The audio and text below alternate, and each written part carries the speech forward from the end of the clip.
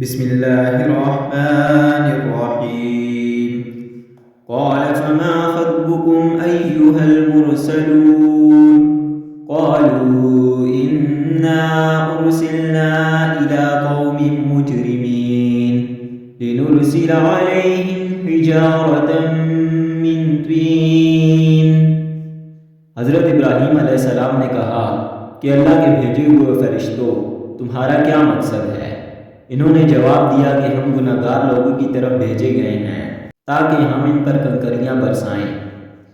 مسومۃ عند ربک للمسرفین فأخرجنا من كان فيها من المؤمنین. جو تیرے رب کی طرف سے ان سے حد سے گزر جانے والوں کے لیے نامزد ہو چکی ہیں، بس جتنے ایماندار وہاں تھے ہم نے انہیں نکال لیا۔ فما وجدنا فيها غير بيت من المسلمين وتركنا فيها آية للذين يخافون العذاب الأليم.